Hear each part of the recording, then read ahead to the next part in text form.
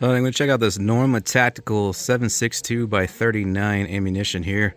124 grain. You can see they're advertising 2430 feet per second, 1665 foot-pounds of energy.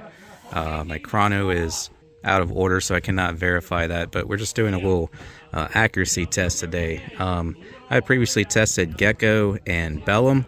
I like to shoot brass case because I run it through an AR. This thing runs steel all right, but also like being able to collect the brass for reloading and whatnot. Just overall better feeding, plus most of this, brass stuff burns a lot cleaner than the Russian steel case. Plus a lot of people don't know that the steel case, the bullets are a copper alloy jacket, so they actually wear out the barrel a little bit faster than your standard stuff like Winchester, Remington, Federal, whatever.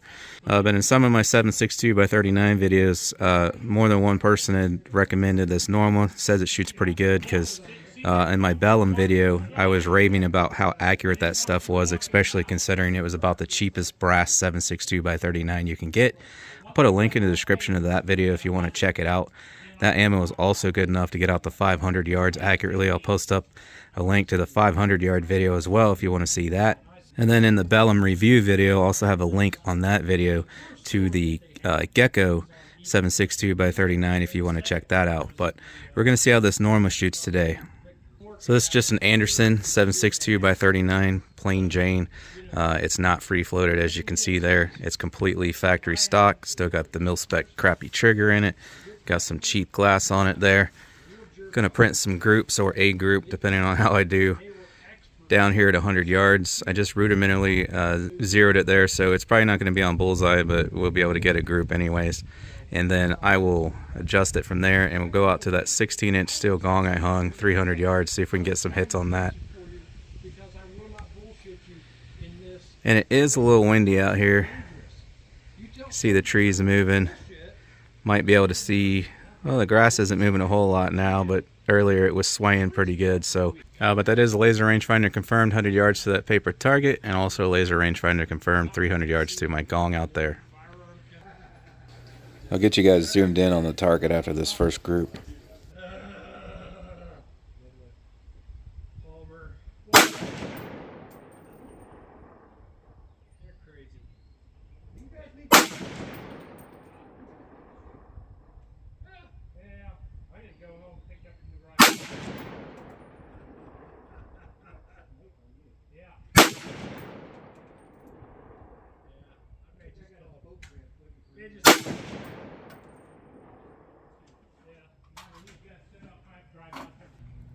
Alright, so I was aiming center mass there. We are very low right, so I need to make some adjustments on the scope, and then we'll go for a group here. Some of those are off paper.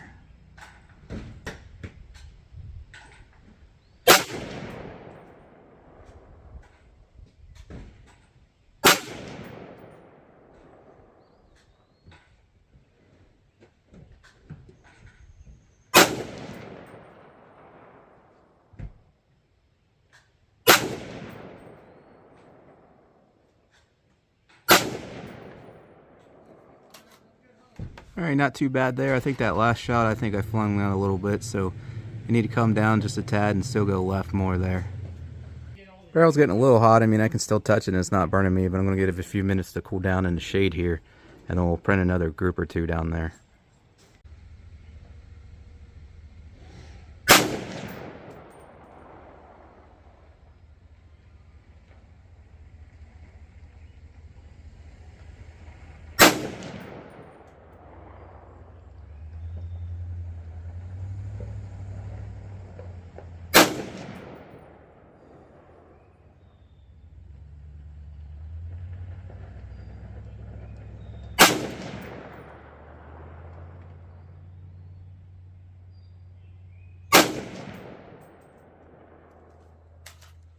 Well, that was looking really promising until we had that third shot flyer, and then the fifth shot was a flyer also.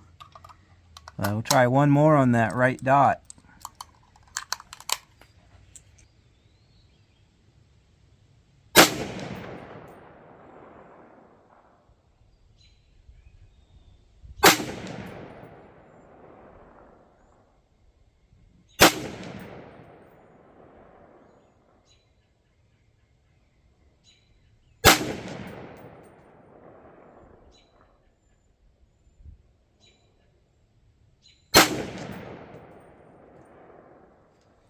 There we go. That one's not too bad, especially considering the wind down there. I'm hoping you guys can see that. You see it swaying there. It's pretty windy. I found a slightly better way to hold the rifle there on that last one, and that's what we did. It was pretty steady, but I was still moving around some. But let me go grab that target. We'll discuss it real quick, and then I'm going to reach out there to that gong at 300 yards.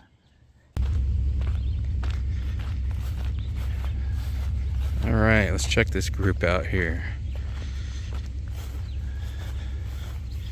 It's not bad. So I don't even want to mention the others. We started out here, and then I had 2 low there, like I said. I don't remember where I came next here. I think we were higher, whatever. Came over here, whatever. Like I said, I was able to choke up on it a little better. Keep in mind, again, there's some wind, so it's affecting it a little bit. I'm shooting off my bag there. It's a pretty good rest, but it's not 100% steady. When I was able to choke up on it better here, my crosshairs on the red dot here, they were kind of doing this number, so there was a little bit of movement that does affect this a little bit, but overall that's pretty close to what, at least out of that rifle, I think you can expect. Like I said, if you took all the movement out of it, did away with the wind, this would probably shrink a little bit, but I'll measure it when we get up there. But as it stands, it's looking at about, I don't know, 1 3/4 inch. Which honestly, for that, I mean, that's no sniper rifle, you know. For your standard mil-spec rifles or whatever, you know, they're expected to shoot 2, 2 1/4, 2.5 inch group, and that'd be perfectly fine. So to come in under 2 inches is actually pretty decent. It's just not quite the results I got with that Bellum stuff. Again, that video is linked in the description, the Bellum ammo review 7.62x39, as well as the 500-yard video I did with it. All right, so on that group, what do we got here? Center to center, 1 3/4.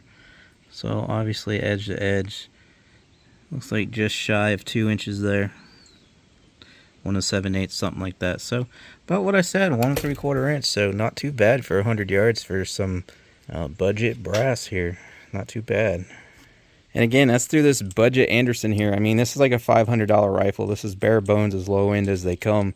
Again, it's not free floated. So if you had a free floated barrel, you could expect better performance than that, or, you know, one of those bolt guns that now run 7.62x39 that I really want to get. So I would say, in fact, this is actually pretty dang good ammo.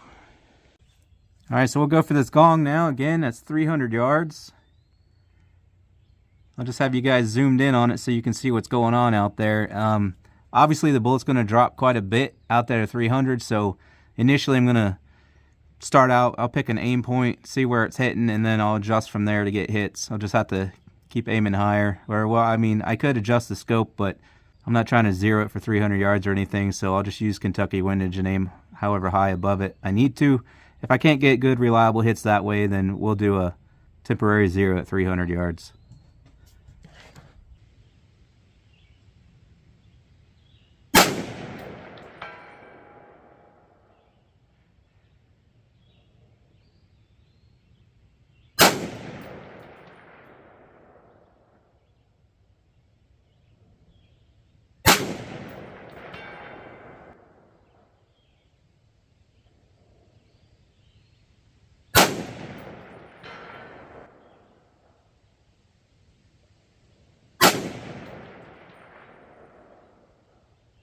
Right, looks like we're averaging low there. I'm not sure why that second shot went way left. That last shot that missed, I'm not sure where it went other than it looked low.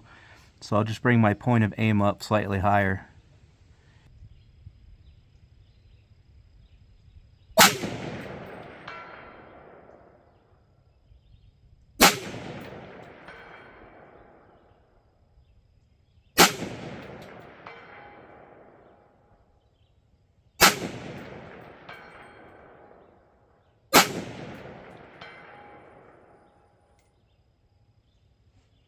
Hey, there you go. Other than it looks like I might have flung one kind of high right. I won't know till I go down there and look at it. The scope's not that good. I mean, it's a pretty decent scope, but I can't quite tell if what I'm seeing down there is what I'm seeing or not, because there is still like some painted over shots that are kind of like messing with my eyes. But anyways, the majority of those are nice center group there, so let's go take a look at it.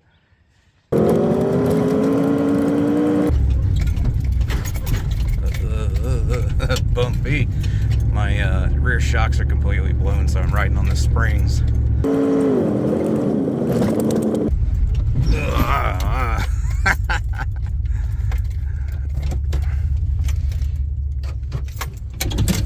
Let's see here.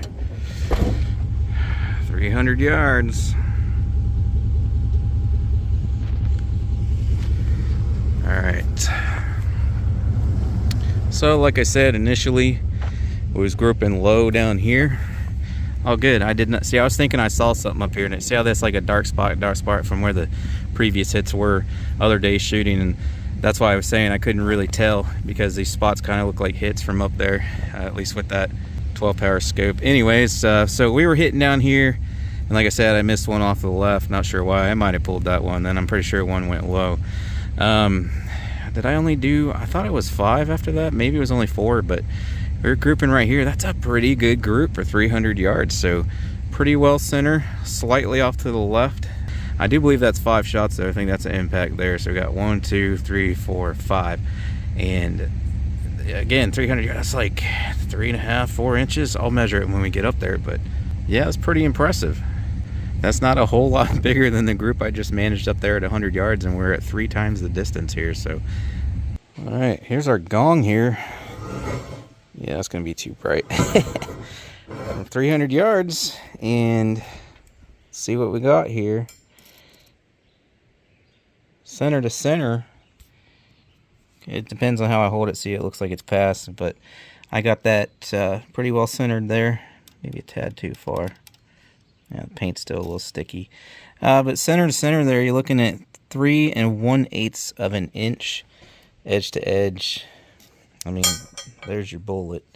So actually these impacts are a little larger diameter in looking than the actual caliber of a bullet is, but you know, about 3.5 there, edge to edge. But in reality it'd be slightly less than that, because these impacts, see how you can see the impact around it, the bullet's not that wide. So anyways, edge to edge, coming about 3 3/8, center to center, 3 1/8. So this was 3 times the distance, but it wasn't even twice the size of group as what we got on paper at 100. So that's that's pretty exceptional. I mean, well, that's real close to 3 MOA. We're just over 3 inches there at 300 yards. So it almost shot MOA on those. That's really impressive. So somehow I did better at 300 yards than I did at 100, because at 300 yards I should be shooting at least 3 times that size of group, and instead we're not even twice that size. So I did somehow way better at 300 yards. But even for 100 yards with that rifle, that is an impressive group, especially for, you know, cheap ammo. It's cheap for brass case anyways. You know, it's not like Varmageddon or whatever, you know, match grade or whatever. And dang near MOA, 300 yards. So to the few guys that recommended I try this stuff, really appreciate it, because it's pretty good stuff like you said it was. So I'd say it's about on par with the Bellum. Again, review video linked in the description for that Bellum, and there's a link in that for the review on the Gecko, which did not perform as good as both the Bellum and this Norma. So yeah, this surprised me. You guys were right that recommended this. This shoots pretty good. Again, on par with the Bellum. I did better at 100 yards with the Bellum than this, but I mean, this 300 yard group shows what it's capable of. Like I said, at 100 I did have slight movement, and we were having some wind variation today, so that combined probably explains why this group is the size it is at 100 yards, which is still pretty dang good. But almost MOA, budget, non-free floated, mil-spec creepy trigger, you know, pretty good stuff right there. If I did a head-to-head comparison, Bellum versus that, I think it would be a pretty close, if not a tie. But one thing I will mention, and it's hard to, again, I would need a chrono that works, mine is dead now, to verify. But this, according to the advertised velocity, this is hotter ammo. So the Bellum has, again, by the velocity stated on the boxes, the Bellum would have a little less recoil, and it's going to drop quicker the further out you go. This is supposed to be a little bit hotter stuff, but again, you would need a chrono to verify. That's going to do it for this one, guys. Appreciate you watching. If you want to get yourself any of the products you see me using in the video, like my shooting bag over there, the target stand, paper targets, and even steel targets and more, links in the description for all that. Don't forget to check out the Bellum review video and the 500-yard video linked in the description. With that, I appreciate you all, and I hope to catch you on the next one.